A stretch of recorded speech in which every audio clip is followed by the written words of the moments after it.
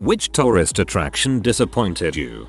Plymouth Rock. It's just a rock. It's not even a very big rock, or a weird looking rock. Just a big grey lump the size of a beanbag chair with 1620 carved on the side. I didn't pay anything to see it and I still felt ripped off. Nice pizza place nearby though. The Sky Bridge at the Grand Canyon. It's a 2-hour, one-way trip where it costs $60 a person to enter the reservation, then another $60 to enter the park, then another $50 for the Sky Bridge. I was in Las Vegas and drove out there, an hour each way. I got there and found out it cost $100 just to ride the bus to the Sky Bridge. Just to ride the bus. I got back in truck and drove back to Vegas. I went to a really sad aquarium in Seaside, Oregon. I was holding back tears due to the poor condition of all the creatures. Every tank was overcrowded, and everything looked absolutely miserable. There was an octopus in an open tank, barely any water. It was terrified, and the only protection it had was a sign telling people not to touch it. For comparison, I grew up in California and used to visit the Monterey Bay Aquarium when I was younger, which is an amazing place where marine life is very well cared for. Hollywood Walk of Fame. Bunch of scammers, homeless people, druggies, and random people trying to sell you their mixtapes and other random crap in the streets. And these mixtape CD people literally shove the CD in your face as you're walking. It's so annoying. Oh, and it's crowded as heck, so you're getting jostled and yelled at for getting into other people's pictures. And it's impossible for you to take your own pictures without getting bumped around or pickpocketed. Happened to my cousin when we were visiting. I didn't care the mixtape was a scam. Dude gave me his talk and asked if I'll listen to his music. I said sure and took the CD he had shoved in my face. Then he goes, it will be $20. I say no and try to give it back. He won't take it, so I put it on the ground and walk away. The pyramids. Not because they weren't amazing, just because of the sheer volume of tourists clambering up them like ants. That's the thing with these attractions. You always imagine them to be so stunning because they are pictured without crowds, but when you get there and it's crammed with thousands of people, it does feel like you imagine. Los Angeles in general was a letdown. I'm from Australia. I mean, it was cool to see some of the places, but the traffic was enough to put me off ever going back. Unbelievable. The drive from LA to San Francisco though, the coast road, amazing. Gold and silver pawn shop in Las Vegas from Pawn Stars. It's basically just a souvenir store. The parts of the store featured in the TV show are all just sets, and they aren't accessible to the public. You walk into a dim room that feels like the storage room in the back. Cement floor. They have a few jewel case counters with Rolexes and a few collectible coins. The rest of the store is Pawn Stars shirts and souvenirs. Plymouth Rock. I'm from MA and going to see Plymouth Rock was always a field trip in school. The 2 field trips that were scheduled, I was sick and couldn't go. My classmates said it was so cool and so big. Remember, these were children, so I grew up wanting to see it. Saw it for the first time when I was 19/20 and laughed for a solid 10 minutes. It was just this tiny rock. This is the 3rd time I've seen Plymouth Rock on this thread. This place must really suck. The Mona Lisa. Now, the Louvre is amazing. However, seeing the Mona Lisa is disappointing. You go to a relatively narrow hallway, and there is a pane of glass 15 feet in front of the painting. I understand that it needs to be protected and preserved. I was there before the glass. Still a big crowd. Still don't see the big deal. Now, the rest of the Louvre was outstanding. Best museum I have ever been to. The Hollywood Strip. Filthy, smelly, hypodermic needles out in broad daylight. I'm not squeamish, but it all screamed tacky, tacky, tacky. Friend of mine from NYC insisted on visiting Hollywood on their trip to LA even though I recommended against it. Afterwards they were like, okay, I get it now, it's your Times Square. Four Corners Monument. It is the intersection of Utah, New Mexico, Colorado and Arizona. It's just a sidewalk and a gift shop. I guess I don't know what I was expecting, but it's about 5 seconds of fun. It's way spruced up from how it was 30 years ago. My husband and daughter make a point to play baseball in every state we travel to, and they had fun tossing the ball between 4 states. The Liberty Bell is surprisingly small, considering how they made it sound in elementary school. I waited in line for 45 minutes to see an average bell with a small crack. Totally agreed. There's a window that looks into the Liberty Bell from outside the building. You can get just as close as you can inside and don't have to wait in the sweltering Philly heat or bother getting a ticket. There is some fun stuff to do in Pigeon Forge and Gatlinburg, Tennessee, so that those towns are a total wash, but 98% of the activities there are outright tourist traps that distract from the beauty and absolute splendor of the Smoky Mountain National Park. If you're in East Tennessee and are spending 80% of your time inside those tourist traps and not in the park itself, you're doing it wrong. I feel bad for how the town nearly burned down a few years back, but I'm sorry, Gatlinburg is just another tourist trap town. It's full of those dime a dozen gift shops with trashy t-shirts and everything's twice the price it is at home. The mountains are so much better. As far as I'm concerned, the town is just a gateway to the actual attraction. Stonehenge. Literally drove past it and was like, haha, that looks like a lame version of Stonehenge, and dad was like, that's Stonehenge. I love the Stonehenge part of this is Spinal Tap though. Went on holiday to Cornwall and on the way home we decided to go to Land's End since we were nearish. We were shocked that it was so touristy. Had to pay to get in, cheap tacky fare rides and shops filled with tat. We honestly thought we would rock up and just walk about and enjoy the view. Couldn't believe we had to pay and it wasn't cheap. Moaned about it on the 8-hour car journey home. If you ever go to Cornwall again, go to Lizard Point, much less touristy and prettier than Land's End. Pisa. The city is a large tourist trap and the food is very disappointing compared to smaller villages and cities in Italy. It's great for a 1-2 hour stop while on the train, but not much else from a tourist standpoint. Great Salt Lake. It stank and the shores were covered with mats of brine flies. I guess I was expecting Lake Michigan but saltier.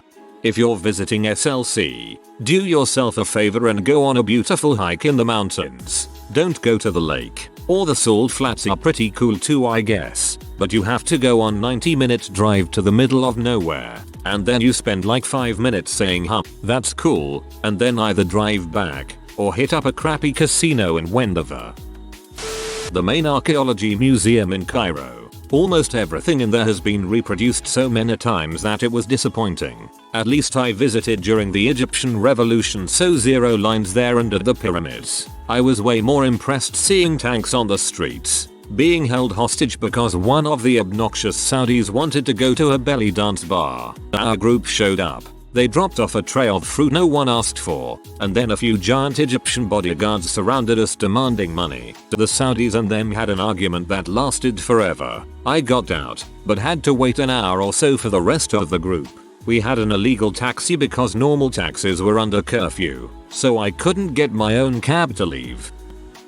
The family and I drove all the way from the Alabama coast to Mt. Rushmore, South Dakota, only to encounter zero visibility due to heavy fog. I mean zero. Could barely see my relatives in front of my face. We went home and my father joked for the rest of his life that Mt. Rushmore is a hoax. It's not really there. Saw a cowboy in Bangkok. Thought it was going to be a wild party scene. Just a very short street with lots of bright lights, sad old frisky men and young frisky Europeans, Russians, and overly aggressive H trying to literally drag you into their bars. I don't know exactly what I was expecting, but that wasn't it. But that's the whole appeal. Any natural place advertised by the pictures that promise solitude. They either took the picture before it became a popular tourist attraction, or they photoshopped that 300,000 tourists off. Taj Mahal. Lovely architecture, but the surrounding area is so full of heart-wrenching poverty that it completely destroyed any positive memory of the trip. Little kids hounding you for blocks to buy something while dragging their younger sibling around. It was emotionally brutal. That's India for you. There are so many beautiful sights, but if you are not used to witnessing abject poverty or experiencing the pure sensory overload that the major cities offer, then you are going to have a bad time. As an Indian, I constantly hear people talk about wanting to visit, but to be honest, some people should not go. Times Square. It's been Disney-fied to holy heck. Who the heck goes to NYC to eat at a KFC and then go to the NFL store? There's this saying that Times Square is the one part of Manhattan actual New Yorkers never go, and I totally get why.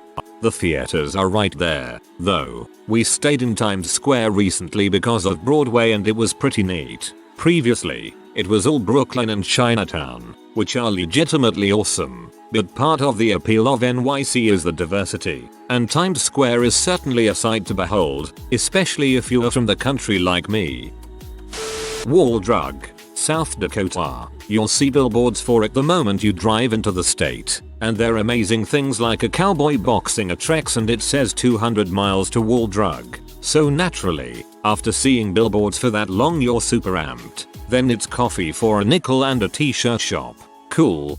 Sounds like south of the border. 300 miles of signs and it is a truck stop with a few shops and a rundown motel. Any tourist attraction that's overcrowded. As soon as everyone thinks going there is a good idea, it's no longer a good idea. Mannequin pies in Brussels. It's a tiny naked baby on a random wall in an overly crowded street. I still don't get what all the fuss is about. I was really disappointed by the Statue of Liberty. It's cool but way smaller than it's made to look in movies pictures. There's that scene in the movie Cloverfield when the statue's head comes crashing down onto the street. When the filmmakers initially screened the movie, the head was true to size, but viewers said it looked fake because they thought it was too small. They had to bump it up 50% so that it would look more realistic. The Mona Lisa is dead as a small butt painting with hundreds of people in front of it and you're not able to get a view unless you're 6'4".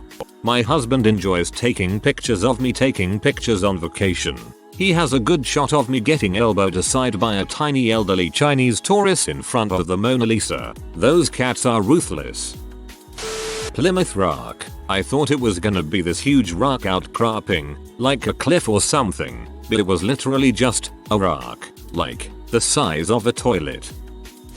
The White House is really small. It's kinda cool to be there, to walk through the halls, see the press room or the Oval Office, but it's really small. I'm not sure disappointment is the right word. It was still cool, but I am genuinely amazed no one's made it bigger than that over all the years. Maybe there are a dozen underground levels of coolness or something they don't let you know about. Well, the wings were added later, so there is your expansion, lol. Paris, Texas. Boasts being the home of the second biggest Eiffel Tower and literally exists as a bad dad joke come to life. The Prince's Palace in Monaco. You pay silly money, see about 2 rooms and nearly get shot by humorless security guards if you take a photo. In fact, apart from the Grand Prix, avoid Monaco. 90% of places mentioned here are ruined by other people. It's a pity how hard it can be to truly take in a famous landmark without feeling like you're part of the cattle herd. Leaning Tower of Pisa. Italy itself is one of my favorite places, but the tower is essentially surrounded by a shanty town of pickpockets and markets set up to narrow you into better pickpocket situations. Bizarrely, someone in our group was robbed despite being warned over and over again, and we witnessed others realizing they'd been robbed in other groups. A very bad impression, and it seemed to be unstoppable gangs. Similarly, once you're into the courtyard around it, it's just a sea of selfie-taking people trying to get a pic where it looks like they're holding it up. Over and over again, you had me questioning society as a whole. The Alamo. Don't get me wrong, because it's a lovely place and San Antonio is one of the neatest cities I've ever visited. But maybe I saw Pee-wee's Big Adventure too many times, but I always assumed the Alamo was out in the middle of nowhere. It's literally right in the middle of downtown San Antonio and looks like a regular park with an old building in the middle of it.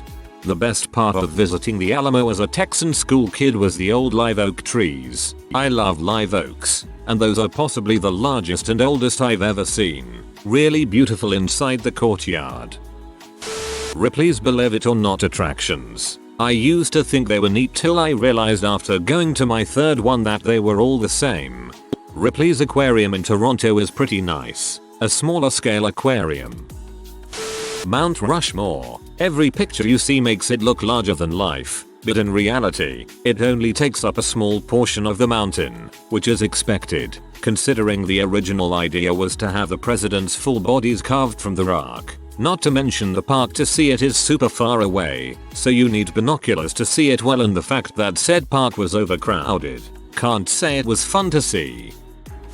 The Manatee Cliff Dwellings outside of Colorado Springs. Takes literally like 10 minutes to see. The gift shop is much larger. Come to find out the cliff dwellings are just replicas. Lamest tourist trap ever. I'd rather go to south of the border. Times Square is like the worst part of NYC. Literally just big bright billboards. There's nothing to do there. There isn't even good food there. Just consider the fact that this is NYC and one of its biggest attractions is a stupidly busy Olive Garden. IDK. As a New Yorker, I agree with the sentiment, but that's because I live there and it's now nothing special. But to someone from rural America, I'd imagine the glitz and glam is quite the experience regardless of its over-commercialization. JFK assassination site. As a young Canadian, I knew next to nothing about American politics and the significance this president may have had. On top of that, the site is literally just a painted X on a roadway that is still used. So there's just tourists running into the middle of the road to take pictures between vehicles trying to get by. Nearly every natural hot springs. They are all marketed on their natural splendor, but mostly what you get are several concrete pools with sulfurous and chlorinated water. Idaho has hidden natural hot springs tourists don't know about. Only older motorcycle campers tend to know about them. You just have to be fine with mountain lions paying a visit to your tent. The Crazy Horse Memorial. The museum was itty bitty and they overcharged. When they finish it, I really hope they up their interaction with visitors.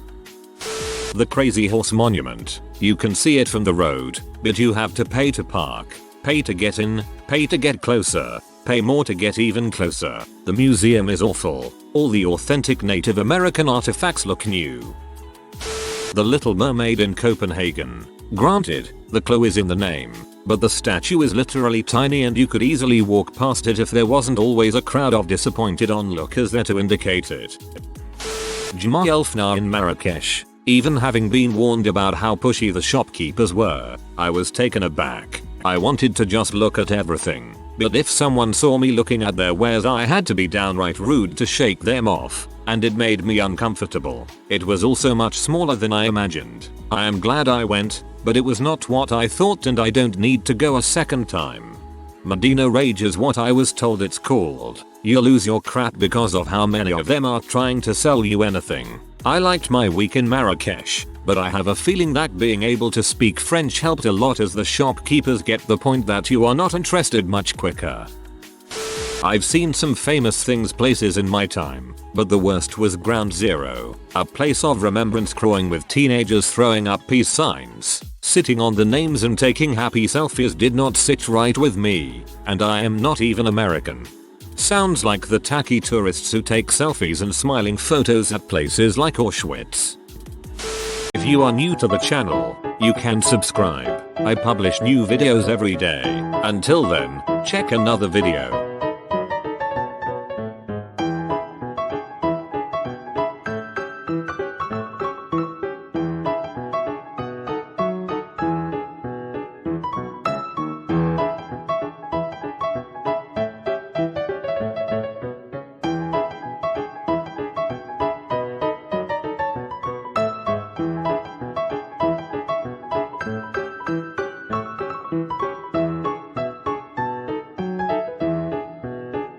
Bye for now.